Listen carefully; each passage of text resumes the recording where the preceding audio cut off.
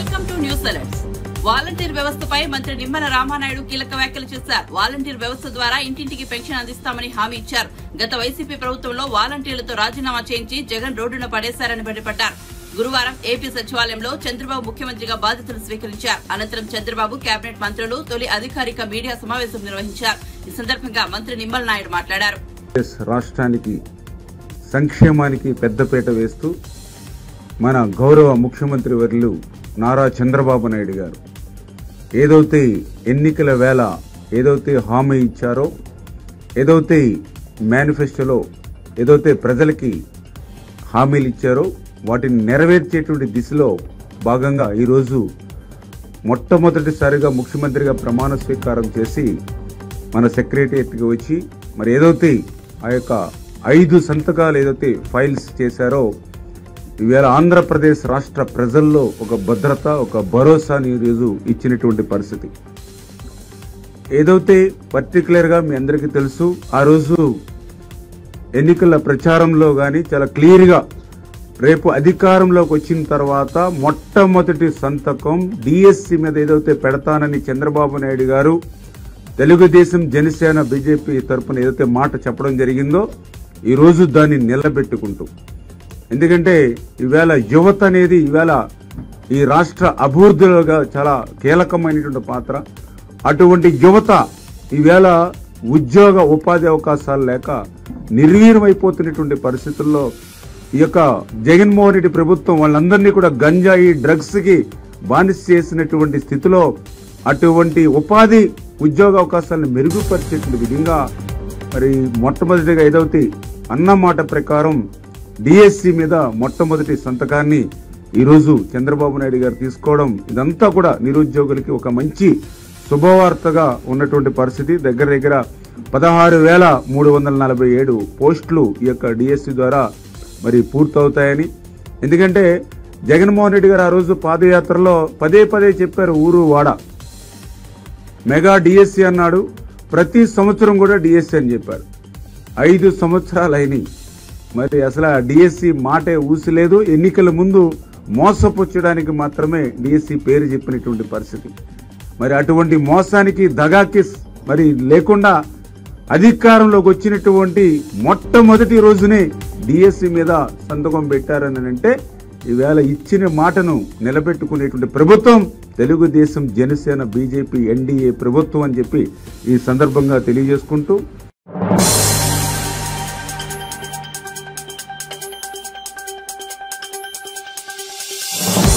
TDP నేతలు, కార్యకర్తలు వైఎస్ఆర్సీపీ కార్యకర్తలపై ఎలాంటి దాడులు, భౌతిక హింసలకు పాల్పడకుండా మాజీ సీఎం జగన్మోహన్ రెడ్డి ఇటీవల గవర్నర్ అబ్దుల్ నజీర్ కు ఫిర్యాదు చేశారు. తమ పార్టీ కార్యకర్తలపై ప్రతీకార దాడులకు టీడీపీ పాల్పడుతోందంటూ ఎక్స్ లో ట్వీట్లు సైతం చేశారు. టీడీపీ కార్యకర్తల దాడులు రాష్ట్రంలో ఆందోళనకరమైన పరిస్థితికి దారితీశాయని, వైఎస్ఆర్సీపీ నాయకులు, కార్యకర్తలకు రక్షణ కరువైందని పేర్కొన్నారు. అయితే టీడీపీపై ఫిర్యాదు చేయడంపై తెలుగుదేశం నేతలు ఖండించారు. ప్రజా ప్రయోజనాలే పరమావధిగా తమ ప్రభుత్వ పాలన ఉంటుందని అన్నారు. ప్రభుత్వం ఏర్పాటు కాకముందే దాడులకు పాల్పడుతుందంటూ తమపై ఫిర్యాదులు చేయడం సరికాదన్నారు. హత్యలు చేసి ఆహాకారాలు పెట్టడానికి జగన్మోహన్ రెడ్డి సిగ్గుపడాలని తెలుగుదేశం నాయకురాలు పంచుమర్తి అనురాధ మండిపడ్డారు. 19 నుంచి 2024 వరకు హత్యలు, దాడులు, అత్యాచారాలు, దమనకాండలు, విధ్వంసాలు, విద్వేషాలు, ఇన్ని రకాలుగా రాష్ట్రాన్ని మొత్తం నాశనం చేసేసి దానికి తగిన మూల్యం చెల్లించుకున్నారు. అసలు మీరొద్దు, మీ పార్టీనే వద్దు అని చెప్పి ఆంధ్ర రాష్ట్ర ప్రజలు మిమ్మల్ని 11 సీట్లతో కూర్చోపెట్టారు. కనీసం ప్రతిపక్ష హోదా కూడా వైసీపీ పార్టీకి దక్కలేదు. దాన్ని ఎందుకు అలా చేశారు అని చెప్పి వాళ్ళు పోస్ట్మార్టం చేసుకోవాల్సింది పోయి, ఎందుకు ఇలా జరిగిందని పోస్ట్మార్టం చేసుకోవాల్సింది పోయి తెల్లారే శవ రాజకీయాలకి దిగారు. తెలుగుదేశం పార్టీ వాళ్ళు ఏదో దాడులు చేస్తున్నారు మా మీద అని చెప్పి కొత్త శవ రాజకీయం స్టార్ట్ చేశారు. అసలు వైసీపీ పార్టీ అంటేనే ఏడుపుగొట్టు శవ రాజకీయాల పార్టీ అని చెప్పి రుజువయ్యింది. అసలు ఆ పార్టీ పుట్టిందే శవ రాజకీయాలతో. రాజశేఖర్ రెడ్డి గారి శవంతోనే ఆనాడు సంతకాలు సేకరించి రాజకీయం చేసిన దిట్ట ఈ జగన్మోహన్ రెడ్డి. ఆ తర్వాత ఎవరూ చనిపోకపోయినా కూడా ఓదార్పు యాత్ర పేరుతో శవరాజకీయాలు చేశారు ఈ జగన్మోహన్ రెడ్డి. తర్వాత 2019లో బాబాయ్ శవాన్ని అడ్డు పెట్టుకొని శవరాజకీయాలు చేసి ఒక్క ఛాన్స్ పేరుతో ఏదో ప్రభుత్వం ఫామ్ చేసుకోవటం జరిగింది. ఇప్పుడు మళ్ళీ అదే శవరాజకీయాలు ఆంధ్ర రాష్ట్రంలోనే కాకుండా ఏకంగా ఉపరాష్ట్రపతి గారిని కూడా కలిసి ఢిల్లీలో శవరాజకీయాలు చేస్తా ఉన్నారు. ఏదో తెలుగుదేశం పార్టీ దాడులు చేస్తుంది, మమ్మల్ని బ్రతకనివ్వటం లేదు, లా అండ్ ఆర్డర్ ప్రాబ్లం వచ్చింది అని చెప్పి లేని విషయాలు మళ్ళీ నమ్మబలికే విధంగా మాట్లాడటం నిజంగా సిగ్గుచేటైన విషయం అని చెప్పి ఈ సందర్భంగా నేను మనవి చేస్తా ఉన్నా. అసలు శవరాజకీయాలు అంటే ఎలా ఉంటాయో మీకు చెప్తాను, దాడులంటే ఏ రకంగా ఉంటాయో చెప్తాను. మా కార్యకర్తల పైన కానీ మా పార్టీ పైన కానీ ఏ రకంగా దాడులు చేశారో వాటిని దాడులు అని అంటారు అని చెప్పి మీకు గుర్తు చేయడానికే ఈరోజు నేను ఈ ప్రెస్ మీట్ అటెండ్ అవటం జరుగుతుంది. పల్నాడు జిల్లాలో తోట చంద్రయ్య అనే మా కార్యకర్తని జై జగన్ అని అంటావా లేదా అని చెప్పి అడిగి జై జగన్ అని నేను జై చంద్రబాబు అనే అంటాను అని మాట్లాడినందుకు తోట చంద్రయ్య గారిని అక్కడికక్కడే నరికి చంపేశారు. దాన్నే హత్య అంటారు, దాడులు అంటారు. అలాగే పల్నాడు జిల్లాలో కంచర్ల జల్లయ్య యాదవ్ అనే అతన్ని ఇదే రకంగా నరికి చంపేయటం జరిగింది.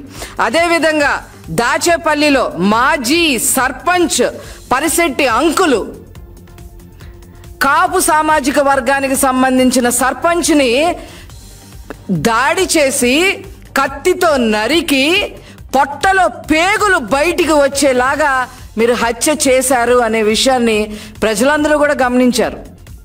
ఆ రకంగా వాటిని దాడి చేయటం, హత్యలు చేయటం అని అంటారని చెప్పి మీకు చెప్పదలుచుకున్నా. అలాగే అమర్నాథ్ గౌడ్ని మా అక్కని ఏడిపించదురా బాబు అని చెప్పి నోరు తెరిసి తమ్ముడుగా అడిగినందుకు నోట్లో గొడ్డలు కుక్కి పెట్రోల్ పోసి చంపేశారే తెల్లవారుజామున, దాన్ని కక్ష రాజకీయం, దాడి చేయటం, చంపడం అనేది దాన్ని అంటారు. అదేవిధంగా ప్రకాశం జిల్లాలో ట్రాక్టర్తో హనుమాయమ్మ అనే ఒక ముసలావిడిని గుర్తించేశారు. అదేవిధంగా చంద్రబాబు నాయుడు గారి ఇంటి మీద మాజీ ముఖ్యమంత్రి వారు Z+ కేటగిరీలో ఉన్నారు, వారు ఇప్పుడు ప్రెసెంట్ ముఖ్యమంత్రిగా పనిచేస్తా ఉన్నారు. అలాంటి చంద్రబాబు నాయుడు గారి ఇంటి మీద మీ ఎమ్మెల్యే జోగి రమేష్ని దాడికి పంపించారు మీరు. వాటిని దాడులు అని అంటారని చెప్పి ఈ సందర్భంగా తెలియజేస్తా ఉన్నా. అలాగే మా పార్టీ ఆఫీస్ పైన మీరు మధ్యాహ్నం పూట నిస్సిగ్గుగా వచ్చి దాడి చేసి మా సోషల్ మీడియా పర్సన్, ఒక చేనేత వర్గానికి సంబంధించిన వ్యక్తి బద్రి అనే అతన్ని తల పగలు కొట్టారు.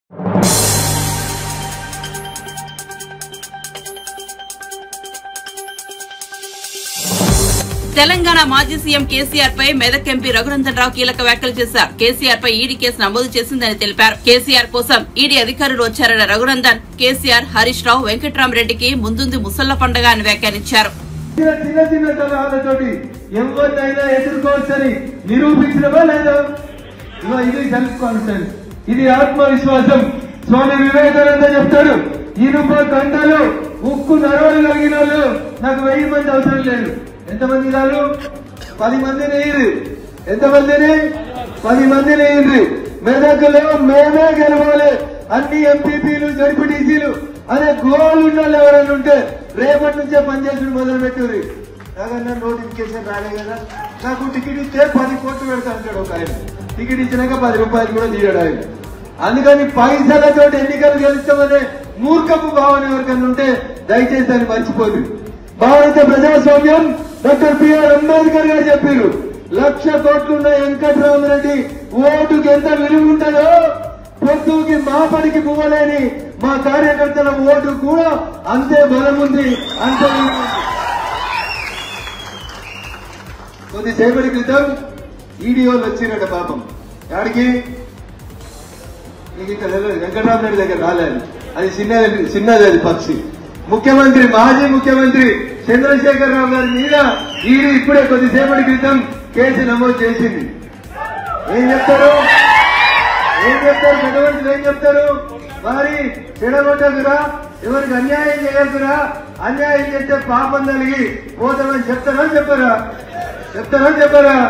వెంకట్రామరెడ్డి ఆయన మెదకులో టీఆర్ఎస్ కోసం కష్టపడి జెండా మోసి ఏడ్చి ఇందాక మన నరేంద్ర అన్న చెప్పినట్టు ఊర్లో వెళ్ళిపోయిన కార్యకర్తల ఉసురు ఎవరికి లాగింది? వెంకట్రామరెడ్డికి లాగింది. 200 కోట్లు కాదు, వాడు 500 కోట్లు ఖర్చు పెట్టినా వాడు ఎన్నికలలో గెలుస్తాడా? ఏదో మొదలైంది ఇప్పుడే. అదే సినిమాలో చిరంజీవి చెప్తాడు, ఏం చెప్తాడు? In front there is crocodile festival. Venkatramareddy గారికి ఉంటుందా క్రొకడైల్ ఫెస్టివల్? గౌరవనీయులు హరీష్ గారికి ఉంటుంది, మాజీ ముఖ్యమంత్రి చంద్రశేఖర్ రావు గారికి కూడా ఇన్ ఫ్రంట్ జరిగితే క్రొకడైల్ ఫెస్టివల్. పట్టోడప్పుడు చెడ్డోడు కాదు, బాధపడద్దు. ఆటపట్టం, గాయపట్టం, దెబ్బ తిన్నాక పులి కొంచెం గట్టిగా వస్తుంది.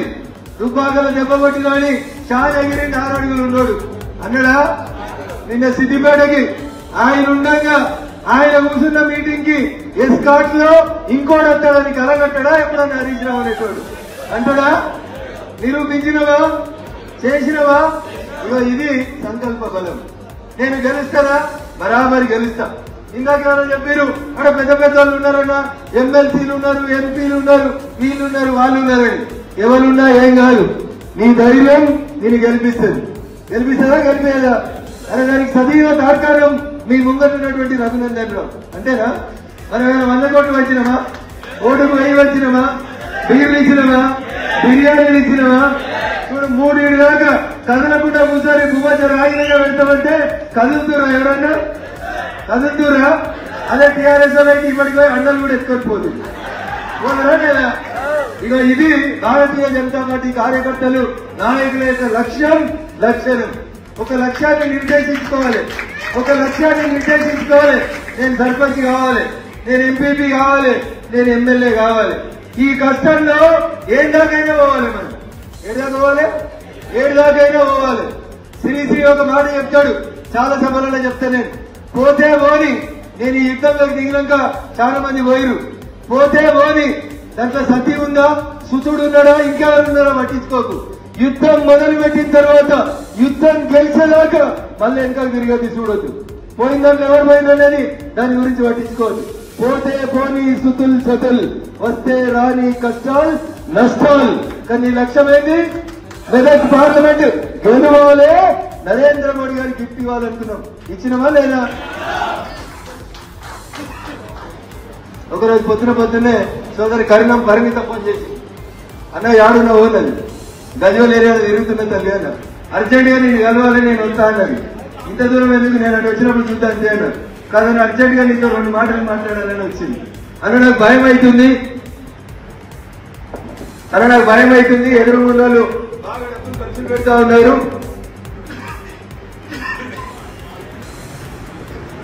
మన కార్యకర్తలు గుండె చెదిరిపోతున్నటువంటి పక్షుల్లాగా ఇబ్బంది పడుతున్నా. ఎట్లా అంటే నువ్వేం బాధపడకండి, గెలుపు నేను మళ్ళీ చెప్తా ఉన్నా. చెల్లెలాగా నా కోసం ఇంత దూరం వచ్చి బాధపడుతున్నావు కదా.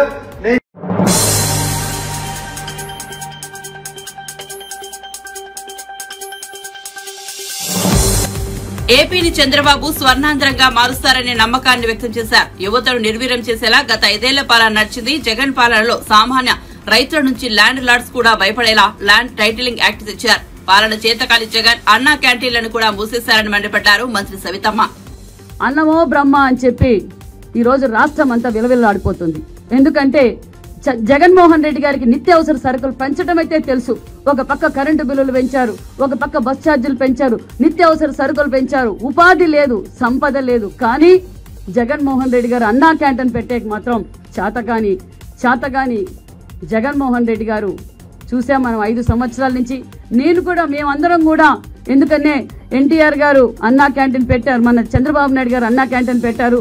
పేదలకు గుప్పటి అన్నం పెట్టాలనే స్ఫూర్తితో తెలుగుదేశం పార్టీ నాయకులు రాష్ట్రంలో అక్కడక్కడ అన్నా క్యాంటీన్లు పెడితే అది కూడా పెట్టకూడదు అని చెప్పి గొడవలు చేసి మమ్మల్ని అందరినీ ఇబ్బంది పెట్టారు. కానీ లేదు, ఇది తెలుగుదేశం పార్టీ అన్న ఎన్టీఆర్ గారి పేరు మీద నడుపుతున్న అన్నా క్యాంటీన్లను కూడా మేము కూడా అలాగే నడిపాం. రామానాయుడు గారు గత 5 సంవత్సరాలుగా నడిపారు, నేను 2 సంవత్సరాలుగా అన్నా క్యాంటీన్ నడిపాం. అంటే పేద ప్రజల పార్టీ తెలుగుదేశం పార్టీ. మళ్ళీ మేము కూడా అన్నా క్యాంటీన్ సెంటర్లు అన్ని కూడా ఓపెన్ చేయబోతున్నాం. నిజంగా చాలా సంతోషం. ఎందుకంటే నియోజకవర్గం హెడ్ క్వార్టర్స్ లో చాలా మంది పేద రైతులు హాస్పిటల్ కావచ్చు, గవర్నమెంట్ రెవెన్యూ కావచ్చు, పోలీస్ డిపార్ట్మెంట్ ద్వారా నియోజకవర్గం హెడ్ క్వార్టర్స్ లో వచ్చినప్పుడు ఇప్పుడు అన్నం తినిపోవడం నిజంగా మాకు చాలా ఆనందంగా ఉంది. అంతేకాదు ఇంకా స్కిల్ డెవలప్మెంట్, ఎందుకంటే స్కిల్ సెన్సెస్, ఎందుకంటే ఇది వచ్చింది అంటే మనకు పరిశ్రమలు రాబోతున్నాయి. ఎందుకంటే పిల్లలకి ఇప్పటి నుంచే మనం ఉపాధి చూపించే స్కిల్స్, వాళ్ళ స్కిల్స్ బయటికి తీసుకొస్తే మనకి ఇంకా పరిశ్రమలు వస్తాయి. చంద్రబాబు నాయుడు గారికి పరిశ్రమలు తేవడం తెలుసు, సంపద సృష్టించడం తెలుసు, సంక్షేమ పథకాలు ఇవ్వటం ఏంటో విజనరీ లీడర్ మన ముఖ్యమంత్రి చంద్రబాబు నాయుడు గారికి తెలుసు. అంటే ఇప్పుడు ఈ 5వ సంతకం పెట్టారు, స్కిల్ సెన్స్ మీద ఎందుకు పెట్టారు అంటే మరికొన్ని పరిశ్రమలు ఆంధ్రప్రదేశ్కి రాబోతున్నాయని శుభసూచకమని కూడా మీకు తెలియజేస్తున్నాం. అందరికీ నమస్కారం. ఆంధ్రప్రదేశ్కి మంచి రోజులు వస్తున్నాయనే విషయం అందరికీ తెలియజేస్తూ థ్యాంక్ యూ వెరీ మచ్.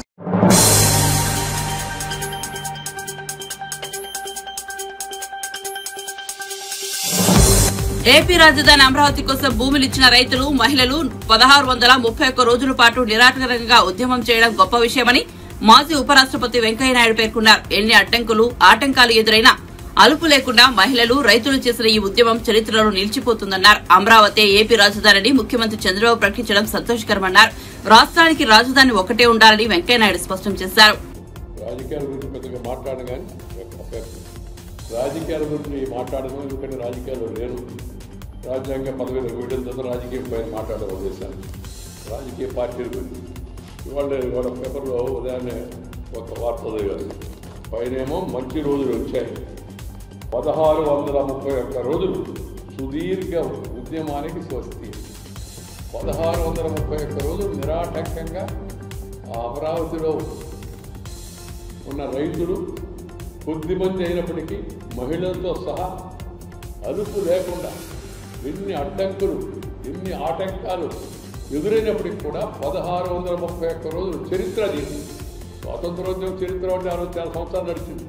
అది దేశానికి అంతా సంబంధించిన విషయం.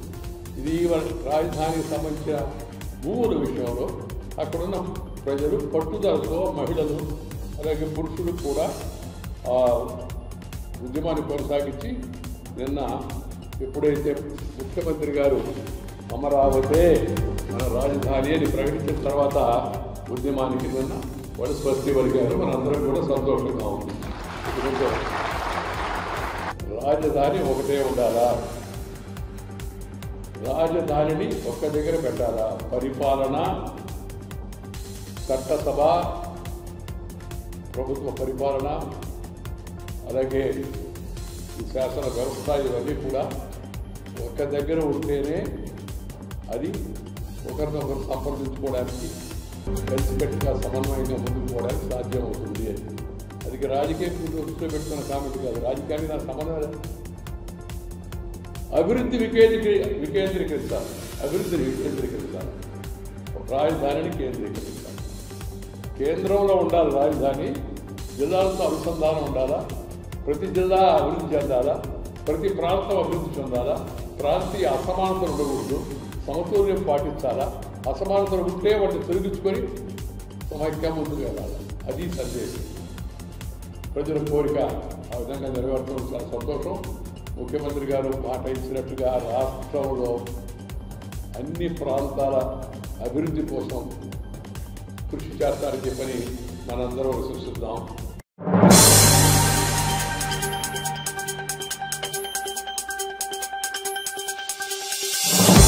హైదరాబాద్ లో గురువారం జోరు వాన కురిసింది. పాత బస్తీ, చార్మినార్, చంద్రాయన్గుట్ట, బహదూర్పుర, ఫలక్నుమా, బార్క సహా ఉప్పల్, రామంతపూర్, బోడుప్పల్, పీర్జాదిగూడ తదితర ప్రాంతాల్లో వర్షం పడింది. సంగారెడ్డి జిల్లా పటాన్చెరులో చిరుజల్లులు కురిశాయి.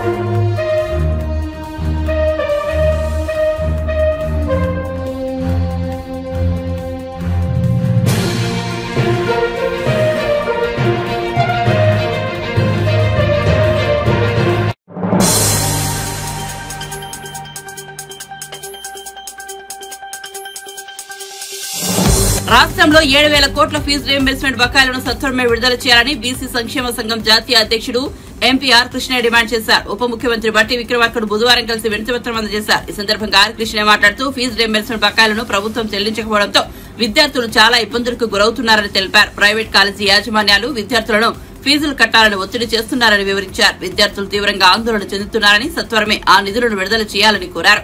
బట్టిని కలిసిన వారిలో బీసీ సంఘాల నేతల్లో గుజ్జ కృష్ణ, నీల వెంకటేష్, అంజి రాజేందర్, వేముల రామకృష్ణ, రఘుపతి, పర్వతాలు తదితరులు ఉన్నారు. బీసీ సంక్షేమ శాఖ మంత్రితోటి చర్చలు జరపడం జరిగింది. అయితే దీని మూలంగా ఏటా 300 మంది బీసీ ఎస్సీ ఎస్టీ అభ్యర్థులకు ఎంబీబీఎస్ సీట్లు రాకుండా పోతుంది, అన్యాయం జరుగుతుంది. అందుకే దీన్ని సమూలంగా మార్చాలి. పాత జీవో 550 ఏదైతుందో అదే జీవో ప్రకారం ఇవ్వాలి అడ్మిషన్లు అని చెప్పి కోరడం జరిగింది. వాళ్ళు దాని మీద వెంటనే మంత్రి గారు స్పందించి ప్రిన్సిపల్ సెక్రటరీ గారిని పిలిపించి దీని మీద ఉన్నత స్థాయి బీసీ కమిషన్, ఎస్సీ కమిషన్ వాళ్ళను, హెల్త్ డిపార్ట్మెంట్ వాళ్ళని పిలిపించి చర్యలు తీసుకోవాలి, న్యాయం చేయాలి.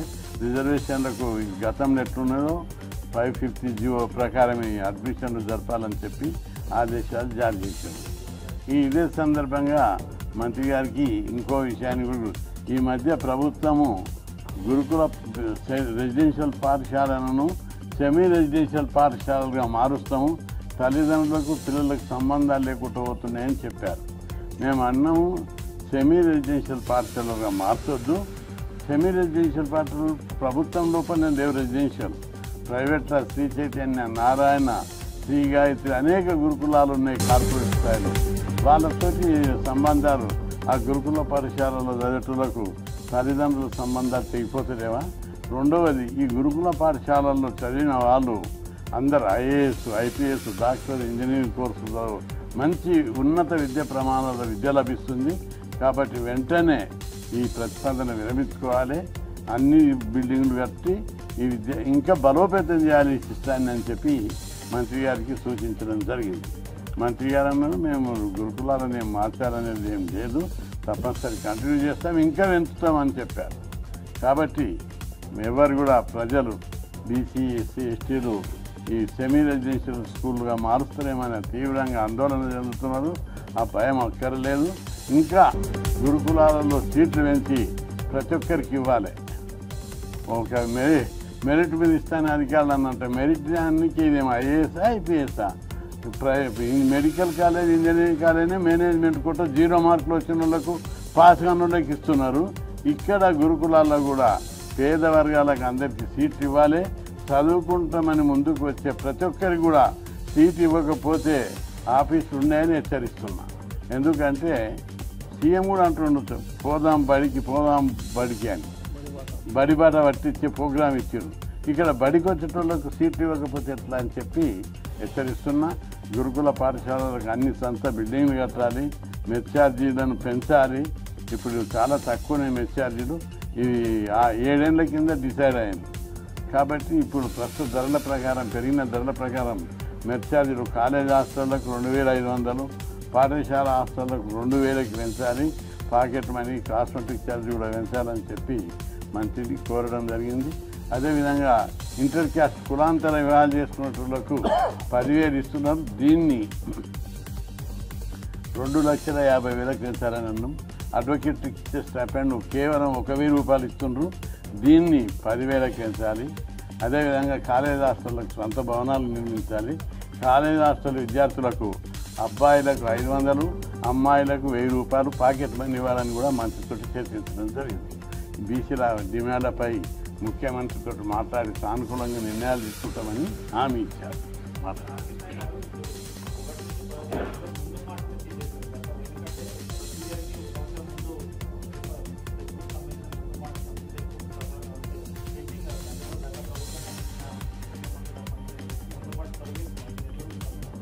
అంటే ఎవరు గవర్నమెంట్ వాళ్ళు ఉంటుంది, అది చాలా జనరల్గా ఉంటుంది. ఇప్పుడు కొత్త గవర్నమెంట్ వచ్చింది, ఈ గవర్నమెంట్కి తగ్గట్టు ముందు మాట ఉంటుంది. సిలబస్ కూడా అదే విధంగా ఉంటుంది, తప్పేం కాదండి. అప్పుడు కూడా పాత గవర్నమెంట్ కూడా సిస్టమేటిక్గా లేదు, బీసీ నియమం గురించి లేదు. ఒట్టి తెలంగాణ ఉద్యమం గురించి రాసిరు కానీ దళిత ఉద్యమం గురించి కానీ మహిళా ఉద్యమాల గురించి రాయలేదు. అవన్నిటిని తొక్కిపెట్టారు.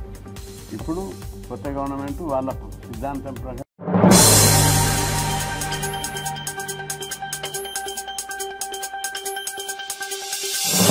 ప్రభుత్వం ఏర్పాటు చేసి 6 నెలలైంది. ఇచ్చిన హామీల అమలు మరిచి గత ప్రభుత్వాలపై నిందలు వేస్తూ కాంగ్రెస్ ప్రభుత్వం తన చేతగాని తనాన్ని కప్పిపుచ్చుకుంటూ కమిషనర్ల ఏర్పాటు పేరుతో డ్రామాలు చేస్తోందని ఎమ్మెల్యే జగదీష్ రెడ్డి మండిపడ్డారు. విద్యుత్ కొనుగోలు, కాళేశ్వరం ప్రాజెక్టుల విచారణపై స్పందించారు. విచారణ కమిషన్లు వాటిపైనే అవి చేసుకుంటాయి, ప్రభుత్వం ఎందుకు లీకులు ఇస్తుందని ప్రశ్నించారు. ఆరోపణలతోని పబ్బం గడపాలనుకుంటున్నారు. గత ప్రభుత్వం పైన నిందలేయాలని, గత ప్రభుత్వాన్ని నడిపిన వాళ్ళపైన నిందలేయాలని, వీళ్ళ చేతగాంతనాన్ని కప్పిపుచ్చుకోవడం కొరకు కమిషన్ల పేరు మీద ఏదో నాటకాలు చేస్తున్నారు, డ్రామాలు చేస్తున్నారు తప్ప ఏమీ ఉండదు. దాంట్లో ఏదైనా ఒకటి ఏదైనా ఎంక్వైరీ చేస్తే వాళ్ళకి అప్పచెప్తే అది రోజుతో ప్రభుత్వం పని అయిపోతుంది. వాళ్ళు తెలిసి వాళ్ళు ఏదో రిపోర్ట్ ఇస్తే రిపోర్ట్ ఇచ్చిన తర్వాత ఆ రిపోర్ట్ను అసెంబ్లీలో ప్రవేశపెడతారా, ఇంకో పద్ధతులు ఇస్తారా, ఏం చేస్తారు, ఏముంటుంది దాని మీద చర్యలు, దాని తర్వాత ప్రాసెస్ ఉంటుంది. కానీ ప్రతిరోజు వాళ్ళకి తాబేదారులు ఉండి ఒకరిద్దరు మీడియా హౌజెస్ని పట్టుకొని నిత్యం పార్లమెంట్ ఎన్నికల వరకు అనుకుని మొన్న పార్లమెంట్ ఎన్నికల వరకు జరిపోయినారు. ఇప్పుడు ఇంకా ఇచ్చిన హామీలపైన ఎన్నికల తర్వాత చేస్తాము, కోడ్ పోయిన తర్వాత చేస్తామని చెప్పి ఇప్పుడు ప్రజలు ఎక్కడ కదులుతారో, ప్రజలు ఎక్కడ నిలదీస్తారో అన్న భయంతో ఇంకా అవే డ్రామాలు కొనసాగిస్తున్నారు.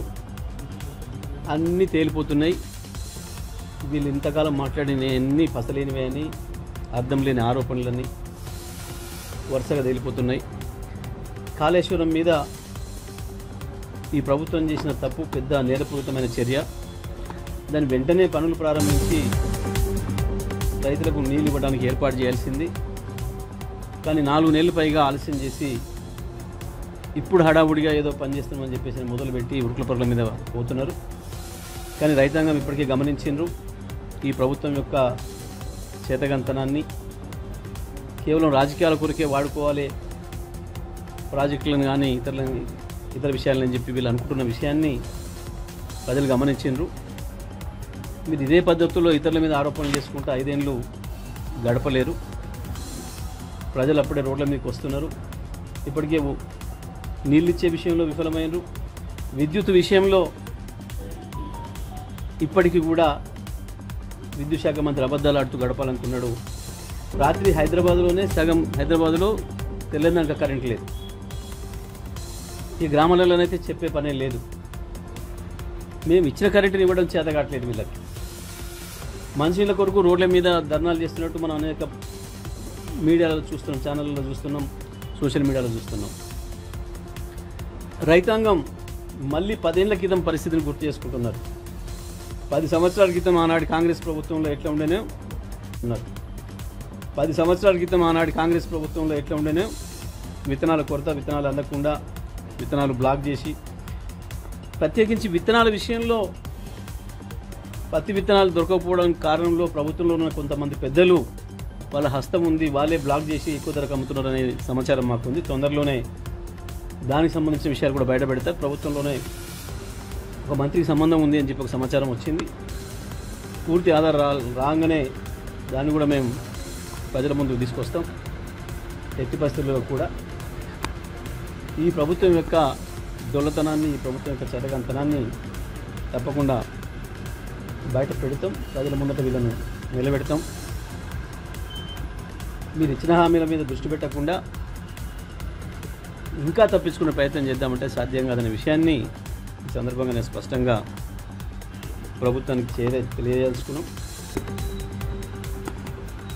కొత్తవే చెత్తరాతలు, రోతరాతలు రోజు మీడియాలో ముందు పేజీలో రాయించుకుంటూ గడపాలని అనుకుంటే అది ఎక్కువ కాలం సాధ్యం కాదనే విషయాన్ని ప్రభుత్వ పెద్ద తొందరగా గ్రహిస్తారని అనుకుంటున్నాను.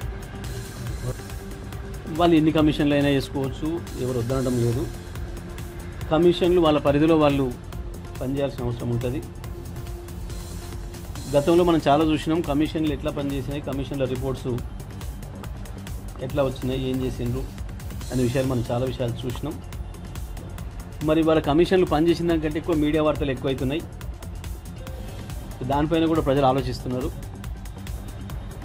కమిషన్ల యొక్క ఉద్దేశం ఏంది, దేని కొరకు ఏర్పాటు చేయబడ్డ కమిషన్లు ఏం పని చేస్తున్నాయనే విషయాన్ని కూడా ప్రజలు గమనిస్తున్నారు, అందరూ కూడా గమనిస్తున్నారు. ఎందుకంటే వాళ్ళ పని ఏదో వాళ్ళు జాగ్రత్త చేస్తారు, చేయాలి. కానీ ప్రతిరోజు దాన్ని ఏందో వార్తల్లో పెట్టి ఇప్పుడు రైతు రుణమాఫీకి మళ్ళీ ప్రజలు మొదలుపెట్టింది. ఎందుకంటే ఆగస్టు 15 డేట్ పెట్టి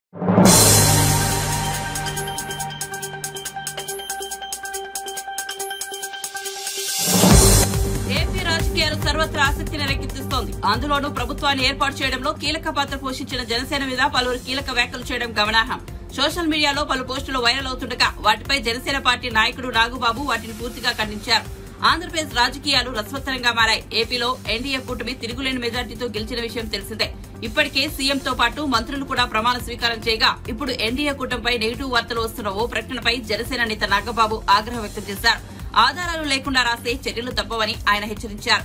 కూటమి విజయాన్ని ఆసరాగా తీసుకుని ఎవరైనా సరే కూటమి స్ఫూర్తిని భంగపరిచేలా రాతలు రాస్తే ఊరుకునేది లేదని నాగబాబు హెచ్చరించారు. ఇప్పటికే ఇలాంటి వార్తలన్నీ స్ప్రెడ్ చేసిన వారిపై చర్యలు చేపట్టామని నాగబాబు హెచ్చరించారు. జనసేన, టీడీపీ, బీజేపీ కూటమి స్పిరిట్ ని దెబ్బతీసే ప్రయత్నం చేస్తే ఖచ్చితంగా తగిన చర్యలు తీసుకోబడతాయన్నారు. వైసీపీ ఇంకా పూర్తిగా చావలేదు, ఇంకా బతికే ఉంది. ఆ కూరల్లోంచి వచ్చే విషపు రాతలివి.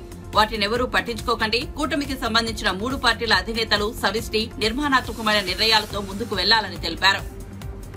ఇలాంటి పిచ్చి ప్రయత్నాలను ఎవరు రాసినా స్ప్రెడ్ చేసినా ఆ సోర్స్ పట్టుకుని వారికి కఠిన శిక్షలు అమలయ్యేలా చేస్తాం, జాగ్రత్త అని నాగబాబు హెచ్చరించారు.